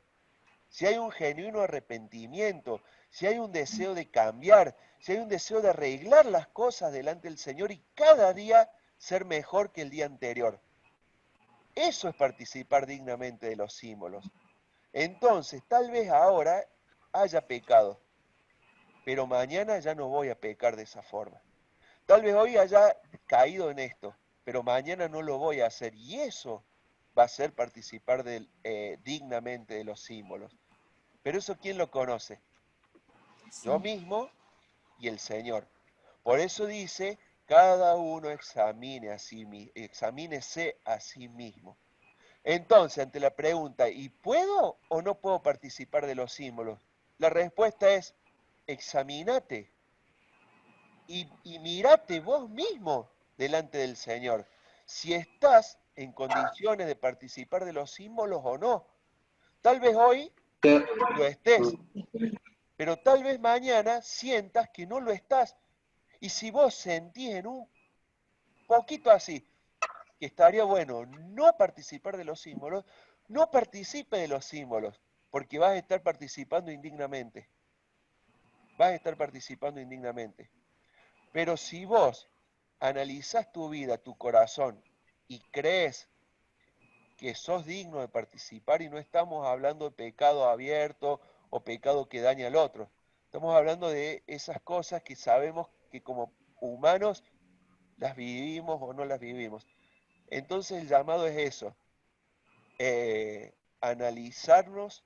analizarnos a cada uno, a nosotros mismos. Sí, ahí ponen el ejemplo de Hechos, Ananías y Zafira, que mintieron en cuanto a la ofrenda, ¿no? Y cayeron aniquilados automáticamente. Pero bueno, muchos más no hubo Ananías y Zafira, ¿no? No hubo, o sea, eso fue en ese momento. Por eso les digo, uno no puede armar una iglesia según el libro de Hechos. ¿Por qué? Porque Ananías y Zafira dijeron que vendían todo lo que ellos tenían, o un terreno que ellos tenían, y daban todo al Señor. Yo creo que no hay Ananías y Zafiras hoy, ¿no? O si los hay pocos. El tema es que ellos mintieron a los apóstoles en ese momento para hacerse ver.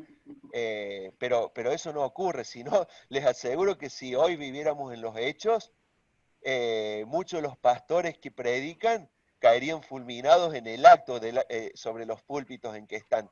Y sin embargo eso no ocurre. Fue una enseñanza muy importante que tristemente hoy se los olvidan. Pero cuidado, porque muchos sí están enfermos, muchos están débiles espirituales, muchos afectan a la congregación, muchos afectan a sus familias por vivir en pecado. Pero ¿saben qué? Muchos se pierden de las bendiciones de participar de los símbolos sin pecado, de una vida sin pecado. Porque claro, ahí está el punto, Andrés. Sí. Ahí está el punto. Muchas veces hay personas que le dan más importancia al hecho de tomar la cena que a ordenar sus vidas. Entonces, tiene que ver con esto que decís vos. Primero ordena tu vida, ordenemos nuestra vida, y después tomemos la cena. Porque eso de examinarse, lo que habla ahí Pablo, tiene que ver con confesar. O sea, no es solamente, mira, yo cometí este pecado. No, anda a la presencia de Dios y arregla tu cuenta con el Señor, y después vení. Y si tenés algún problema con un hermano, hace lo mismo. De eso se trata de examinar. Arrepentimiento. Claro.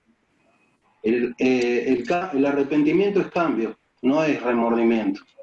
Tal cual. Esa es la diferencia. Tal cual. Entonces, bueno, nos extendimos un poquito más en este tema. No, pero está bueno que se hable esto, hermano. Está bueno que se aclaren todas las dudas, y que el que tenga que hablar, que hable y diga y comparta. Sí, totalmente. Tengamos eso presente, ¿no? Si alguien participa de los símbolos, más allá de todo, el primero que se tiene que hacer cargo es el que participa, ¿no? Más allá de los demás. Obviamente no se debe permitir el pecado que predomina en una iglesia. Y eso me refiero, no deberíamos individualmente permitirnos a nosotros mismos como cristianos el pecar, sino el cambiar y el buscar cada día ser mejor. Bien, creo que ya nos contra extendimos en el tiempo y no concluimos con todo lo que podríamos llegar a hablar y no respondimos todas las preguntas. Dios mediante, el viernes que viene cerramos este tema y pasamos los dos. No quiero que se queden con algo para aportar. Si alguien quiere, levante la mano, por favor, y pueden aportarlo. Sí, Graciana. Muchas veces pasan en las iglesias que hay personas que a lo mejor tal vez no les gusta que lo vean levantado. Ponete 50, 60 personas, todos se dan cuenta que algo pasó, que algo sucedió, pero para esas personas lo que más les debe importar es estar bien con el Señor. y con su situación personal, porque han tenido algo en la mañana, a lo mejor de ese día, o ha pasado alguna cosa, y tienen la suficiente altura, de acuerdo a las cosas que aprendieron del Señor, como para parar, para quedarse sentados y no tomar la cena. Pero pasa eso también, hay veces el que se queda sentado, ¿viste? Uno dice, oh, no tomó la cena, tendrá algún problema. Y no tiene nada que ver eso, porque si hay algo que está mal, el Señor lo sabe. Y con el que hay que quedar bien es con el Señor, hacer las cosas bien para Él como Él nos enseñó, no con los demás. Es una enseñanza que nos debe quedar para todos. Yo, a través de tantos años que conozco al Señor, me he quedado tantas veces sentada porque he estado mal. Porque aún siendo grande y todo, y a veces me levanto y he hecho alguna cosa que no estaba bien, y bueno, y me quedo sentada por respeto a aquel que dio hasta la última gota de su sangre por mí y soy salva y le agradezco. Bien, gracias por el aporte. Cerramos en lo mismo, ¿no? Examinarse a uno mismo y cada uno ser responsable delante del Señor. Después, sí, Leti.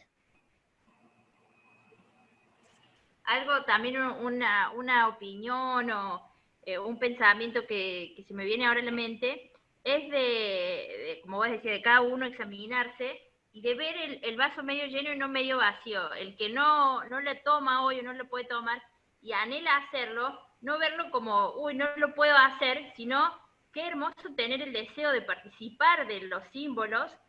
Señor, hay un paso de obediencia más que debo dar, Señor. Qué hermoso es tener el deseo de participar de los símbolos, porque estamos entendiendo, es lindo, es bueno, tomémoslo de esa forma, es bueno anhelar participar con los hermanos de los símbolos. Entonces eso ya es algo bueno. Y si hay algo por lo que hoy uno no participa, como decía Graciana, es algo muy personal, muy íntimo, es el Señor, ¿qué paso de fe, qué paso de obediencia me está faltando para participar de ese momento tan hermoso? Allá vamos, a esa meta. Entonces, no ver el vaso medio vacío, sino verlo medio lleno, como dice el dicho. Eso nomás. Sí, gracias Leti, tal cual. Bueno, ¿alguien más quiere aportar algo? Ahí a mí me llama mucho la atención con las ganas que participan de los símbolos aquellos que lo hacen una vez por mes. Y por ahí los que lo hacemos una vez por semana, como que lo tomamos como algo rutinario, como algo más para cumplir. Y qué triste que es eso, ¿no? Ojalá lo hiciéramos una vez por semana y que fuéramos con tantas ganas de participar como si fuera una vez al año, ¿sí? Creo que eso también apunta al hacerlo totalmente entregado. No, Héctor, en absoluto. No, no, no, no. No deben dejar, ni deben dejar de la iglesia, ni deben sentir como que tienen un vacío, como que les está faltando algo con respecto al cumplimiento de eso. Ya después lo estuvimos charlando el otro día, pero lo vamos a volver a charlar. Pero bueno, cada caso es particular también, creo yo. En estas cosas no se puede uno generalizar y decir, bueno, de decir, para estos casos puntuales tiene que ser de tal forma. Hace varios años que venimos analizando caso por caso ahí en la iglesia, porque hay que ser sinceros en algo. Los tiempos de hoy son diferentes a los tiempos de 50 años atrás, de 20 años atrás. Hoy existen muchas familias ensambladas, hoy existen muchos hogares que fueron construidos de nuevo. Hoy existen más casos de matrimonios que fueron formados o reensamblados. Entonces, creo yo que en oración y con la guía del Espíritu Santo hay que analizar cada caso en particular. Uno no puede decir, sí, todos los que fueron divorciados y se volvieron a juntar, o que no están divorciados y se volvieron a juntar, hay que obrar de esta forma. No, sino que hay que hacer un examen exhaustivo de los deseos del corazón, escuchar la voz del Señor, buscar de hacer su voluntad y en oración tomar decisiones, pero no de los ancianos de la iglesia, sino de las personas afectadas en conjunto con los ancianos de la iglesia y en conjunto y mediación del Señor.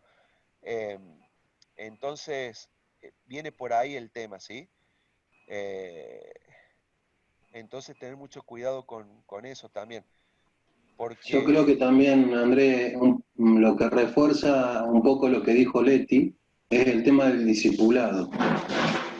Y hay que, uno si quiere, anhela llegar a poner su vida en orden con el Señor, tiene que ser discipulado o tiene que prestarse para un discipulado en el sentido de ir conociendo lo que Dios establece en su palabra, en la vida de cualquier cristiano.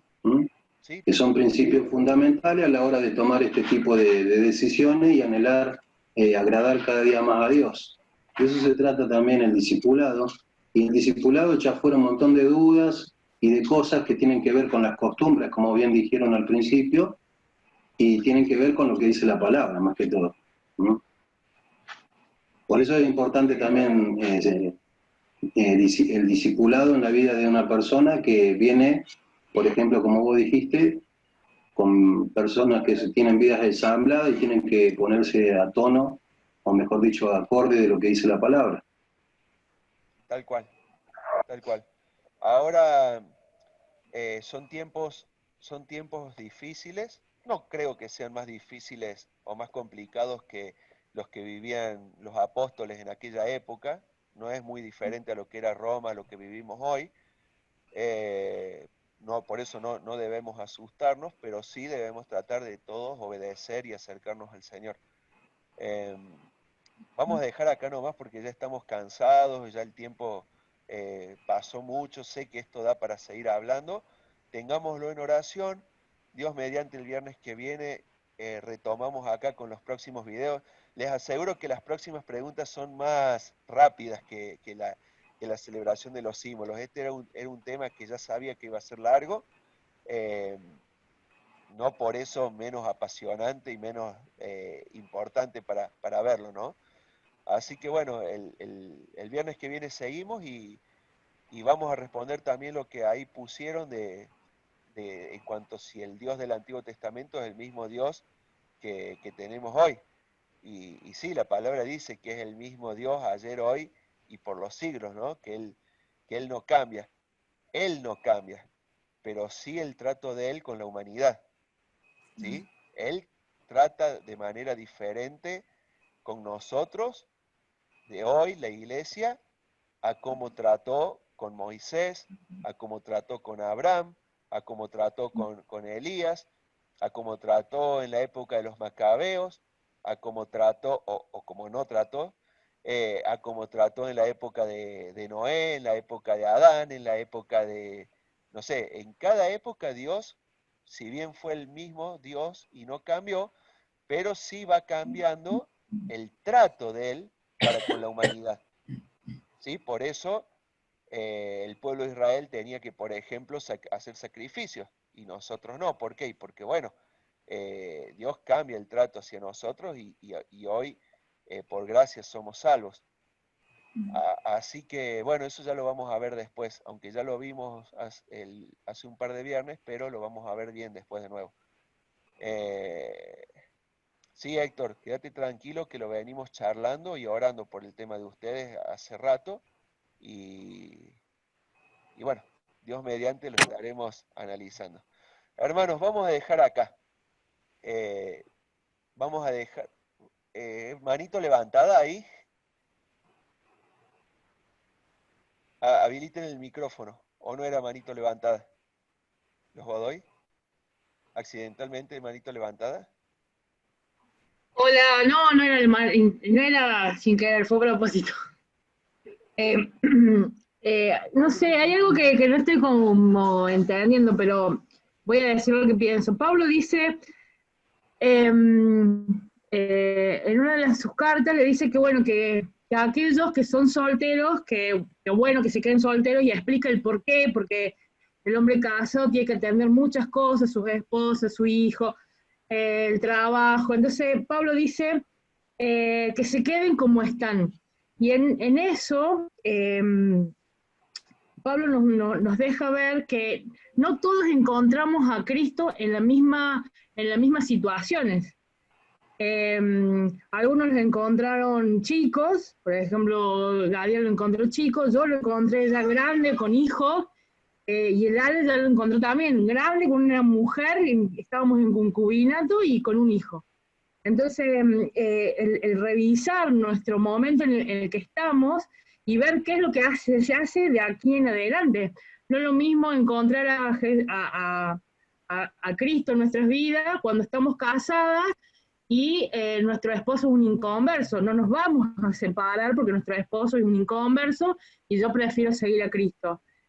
La palabra en ese caso también es muy clara cuando nos dice esposas que sus maridos conozcan a Cristo por nuestra acción más que por nuestras palabras. Entonces, no creo que todos los casos sean iguales, pero sí creo a ver, hay matrimonios o parejas en estos momentos que encuentran a Cristo y tienen una situación en la cual pueden remediarlo con un registro civil y una boda, o lo pueden solucionar. Yo, por ejemplo, conocí a alguien que estaban casados solamente por el civil porque no eran cristianos, y después cuando llegan a Cristo, después de 10 años de estar casados, ellos deciden casarse por la iglesia. O sea, creo que Dios es un Dios de orden, y Dios en su palabra nos deja ver de qué manera encontramos soluciones a la situación en la que nos encontramos, porque Dios no hace excepción de personas. O sea, no es que dice, no, vos sos así, no, vos no venís con nosotros. Dios no está llamando, Dios dejó morir a su Hijo para rescatarnos. Entonces, por más que seamos cristianos, cometemos pecado y todos los días de nuestra vida. Entonces creo que, por lo menos como me quedo también con la frase de lo que dijo Leti, lo bueno es tener el anhelo y las ganas de seguir sirviendo al Señor y de tener un encuentro con el Señor. Eso creo que está bueno. Por eso digo, o sea, el Dios es el mismo del Antiguo Testamento como el de hoy. Las situaciones, las sociedades fueron cambiando y no para bien. Esa fue la peor parte, o sea, es la peor parte. No es que estamos cambiando y estamos yendo cada vez mejor, cada vez vamos peor. Cada vez hay cosas peores a las cuales tenemos que enfrentarnos y tenemos que tener un discernimiento a través de la palabra muy agudizado, ¿no? Porque, o sea, por lo menos nosotros que tenemos hijos, tenemos que estar como con el discernimiento prendido a full con las cosas que nuestros hijos absorben y con las cosas que nuestros hijos se tienen que enfrentar todos los días. Entonces, bueno, eso quería hacer ese aporte como para que reforzar un poco lo que decía Leti y tomar eso, de decir, bueno, no es que, bueno, yo soy pecador y me encuentro en esta situación y bueno, me tengo que quedar así para siempre. No es así. Nosotros, si sirve de ejemplo, nosotros vivíamos en concubinato y antes de que el Ale llegara a los pies de Cristo nos intentamos casar 2 veces y las 2 veces se nos frustraron.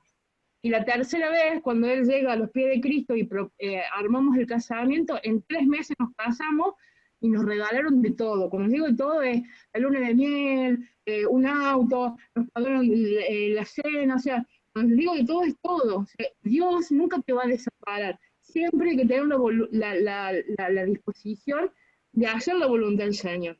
Eso quería comentar y compartir. Muchas gracias, Ara, por el comentario y por el testimonio también. Seguramente es de mucha utilidad. Pero esa es la constante en toda vida, que el que quiere arreglar las cosas delante del Señor, el Señor ayuda a arreglar, ¿sí? como bien dijo Araceli, como ella lo vivió en su vida y como muchos lo vivieron. Ahora es muy triste cuando la iglesia local es la que pone palos en la rueda también para arreglar las cosas delante del Señor. Entonces es mucha responsabilidad por parte de la iglesia, que también lo dijo el Chelo, el acompañar cada una de estas situaciones en oración, en oración. Tristemente uno no puede, y esto lo digo como uno de los que están a cargo dentro de la iglesia, es mucha responsabilidad que se nos presenta adelante, y más cuando uno encuentra libros de grandes estudiosos de la Biblia con opiniones diferentes, ¿no? Durante muchos años, hablar de divorcio dentro de la iglesia cristiana era peor que una mala palabra, y sin embargo hay grandes siervos del Señor que hoy sirven, a pesar de haber sido o haber estado divorciados y vuelto a casar también. Entonces, yo creo que eso, vuelvo a repetir esto, no hay reglamentos claros de que diga A más B igual a C.